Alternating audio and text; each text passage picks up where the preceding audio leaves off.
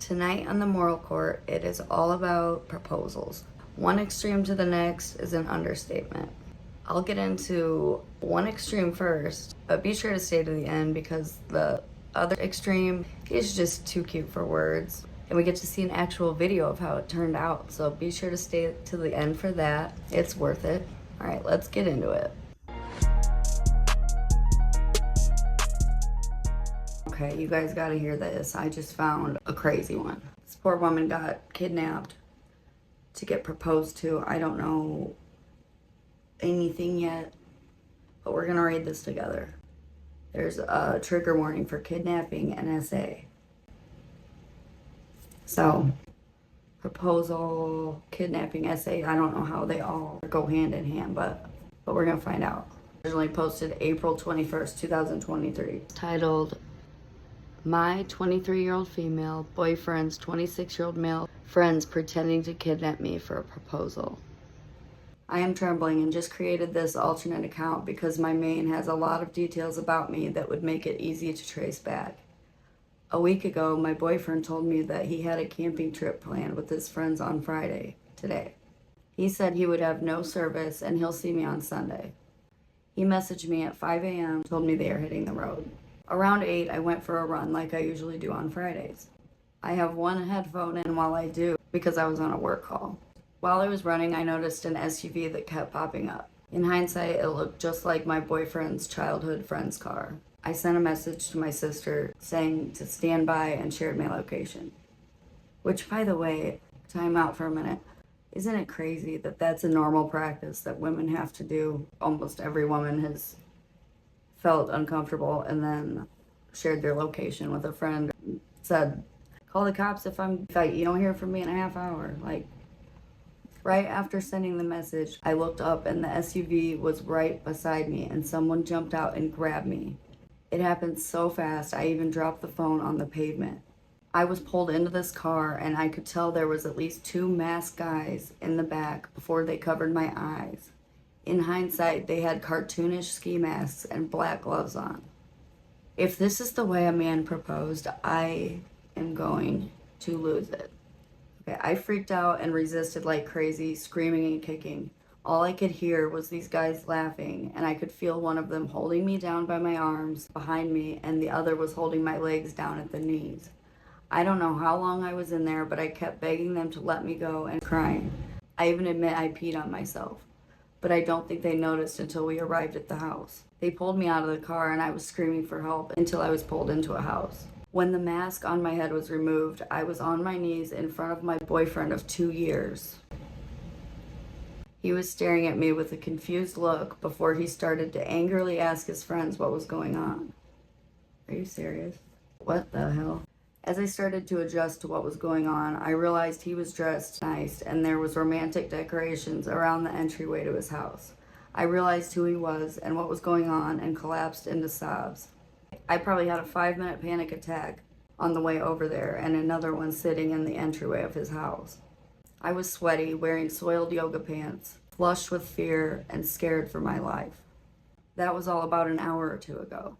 My boyfriend took me upstairs and was going to help me get showered and changed, but I wanted to do that alone.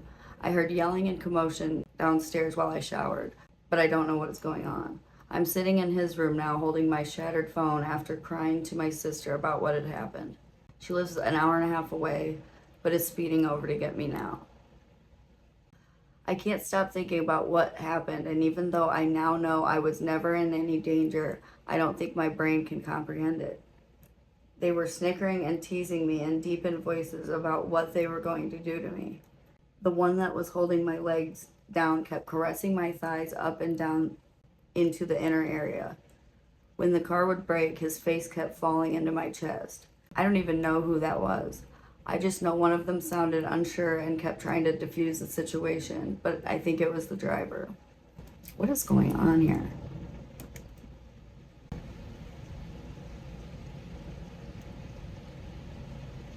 I'm so confused right now. In the comments, people were discussing whether the boyfriend was involved, which obviously it seems like he was, but why? She didn't give any more context. She said, My sister is almost here and my boyfriend wants to talk, but I asked for space, so he's making tea and waiting for me to open the door or come downstairs. I don't think he knew how they were going to do it, but I wouldn't be surprised if he used the words kidnapped and they took it too far. He's never given a red flag before, and if his friends are crazy like this, I need to reevaluate him too. Oh yeah. I'm not sure, and I don't want to immediately talk to him. I think I'm feeling traumatized or something because I just can't physically talk to anyone except my sister. Hell yeah, you're feeling traumatized. So she's saying her boyfriend's friends kidnapped her to bring her to the boyfriend for him to propose. Did it in this terrifying ass way. Of course you're traumatized. Who are these people? What is wrong with these people? Somebody in the comments was asking if OP's boyfriend is from a culture where something like this is more common. Where is that common? Where's that common? I would love to know where kidnapping people for a proposal is common. But she said no, he's ethnically from the Middle East and I'm from Eastern Europe. Very similar backgrounds, actually. We were both born and raised in America. We are both culturally and socially very Western American.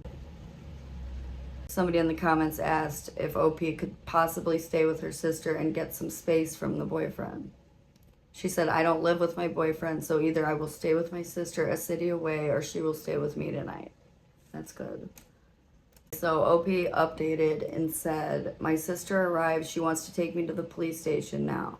I haven't spoken to my boyfriend yet, but I think there's more to this story than he knew about. I'll have to log off for a while. Thank you for the support in the comments. Okay. Update 2 posted 5 hours after that one. I'm working with the police now. This is going to be investigated as a false imprisonment if I press charges. My sense of time was so warped. From where I was picked up to his house was about 7 to 10 minutes in the car. It felt like way longer than that.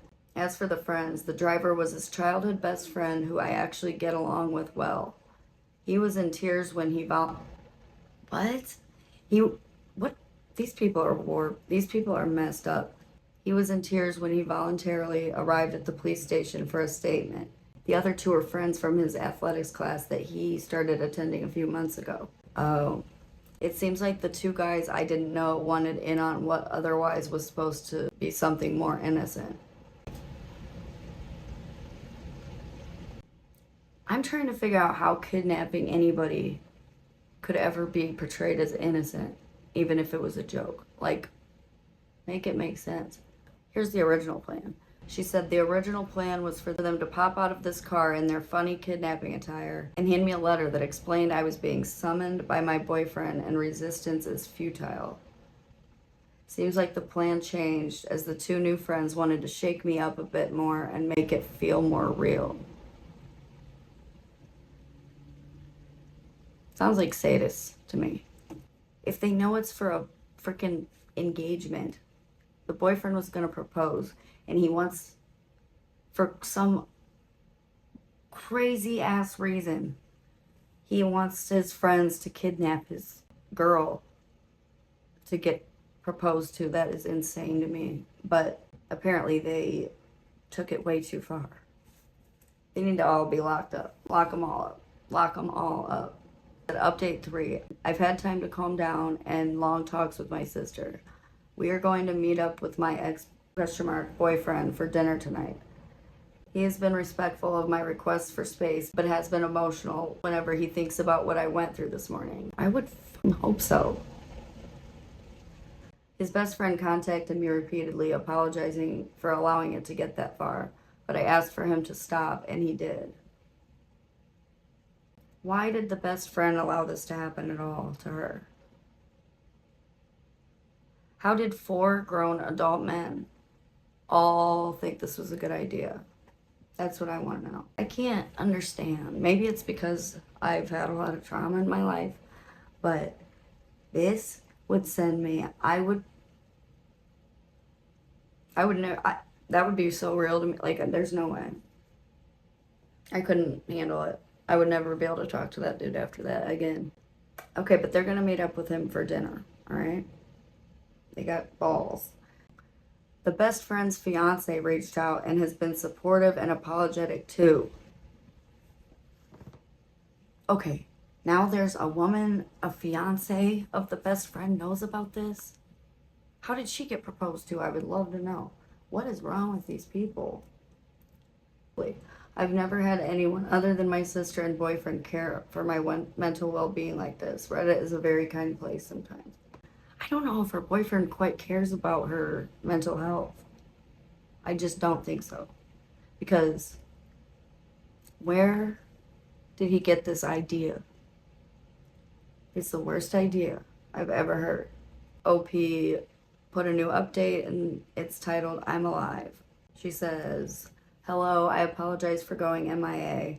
I saw my story posted on the r/best of Redditor updates. So I finally logged back in. In short, I'm healing. My now fiance had a private proposal with me.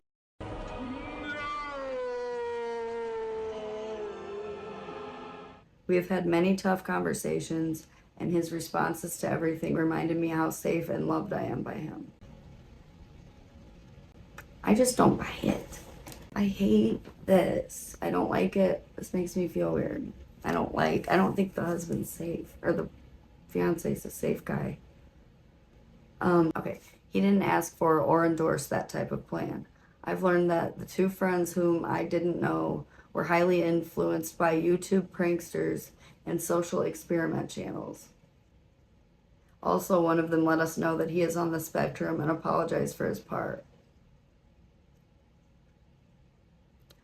What about the best friend, though? And his fiance, they were in on it. I don't like this. She said, I think that's all I could share for now. I am only consulting right now and may not press charges. She said, edit, there are a lot of people who disagree with me staying with my fiance. I'm sorry I couldn't explain in detail how confident I am in him throughout this.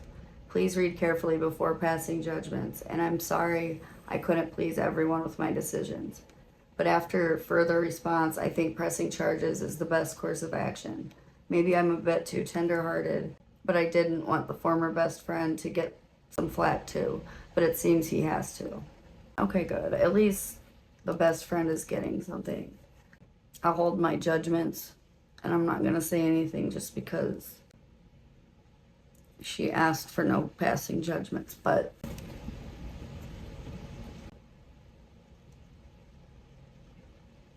yeah, that's wild. Now, we have a new update. I found a new update from OP dated December 30th, 2024. Let's see. Okay. Hello, concerned friends. I'm not sure if anyone still remembers me, but I wanted to give a final update as I close out this year. 2024 was crazy for me. I spent the entire year working on myself in therapy. I developed an obvious trauma response to being in public, especially when men would be sneaking up behind me or quickly exiting cars near me. But I also developed a fear that made life tough. I became very afraid of my fiance's friends. I love and trust my friends and family with all my being. I found that I couldn't trust anyone who was brought into our life because of a feeling of loss of control. Sorry, this is a bit incoherent. I'm not really sure of how I feel myself, but the point is, if I haven't vetted and learned to trust people, I struggle allowing them into my life. I decided to end things with my ex-fiance. Thank God. It was tough and took months to do so, but I feel better for it. He is a great man, but there were behaviors from him and his friends before, during, and after the incident that gave me pause. The doubt and mental anguish was too much, and I just had to run away from it all. Good. Because how is he still friends with these people after that? Even if he had nothing to do with it, but how does he have nothing to do with it? I think all these people are sick. Shockingly to me, but not my therapist, I feel immensely better now. It's almost like a switch went off, and being away from him has expedited my healing so much. I'm scared of being at my age and starting over, but I'd rather not be married at all than live in stress like I was. Happy New Year, everyone. Also, update on the legal side. The charges were dropped, and I was not mentally able to pursue anything further. I will say the lives of his friends have been strained, and I don't care to check the extent. I just know there was a breakup and one was kicked out of their living situation over it all. Well, good. That gives me some relief. I'm glad she left him because these guys are dangerous. You don't just do that as a joke. Like, that's sick. These people obviously had some kind of sick fetish or sick fantasy about doing this to somebody because they were rubbing on her. They were just, that's not, you don't kidnap somebody for a joke. And if you do it for a joke, you make it funny and short and not scary. This is wrong. It's all wrong. Thank God she left him. This sounds like just a bunch of idiots who should never have wives. Let's see what else we got. Right when I was just about to give up on men just because of that last story I just told, I found another proposal story that just warmed my heart, and I wanted to end this on a positive note.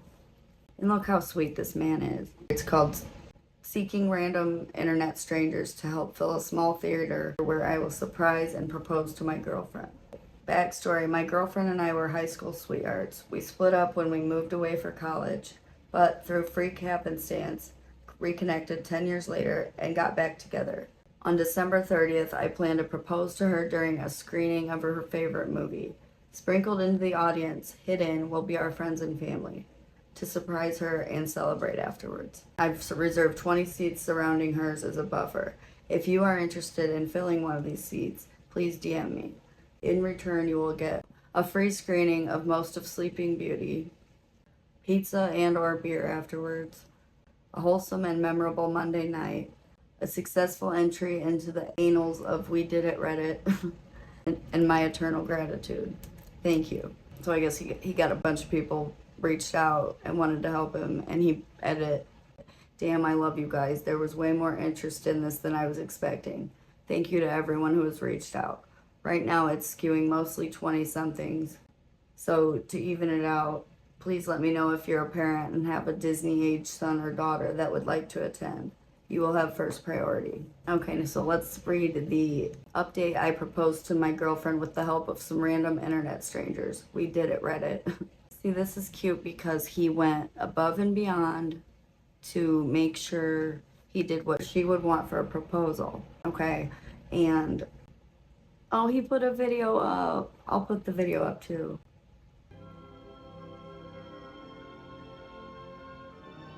Oh, he looks so sweet. You could tell he really loves her. She has no idea.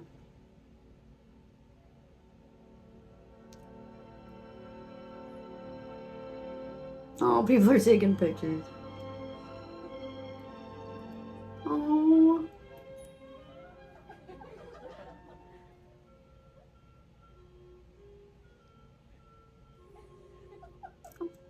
I love it. Finally, some happy stories on here, you guys.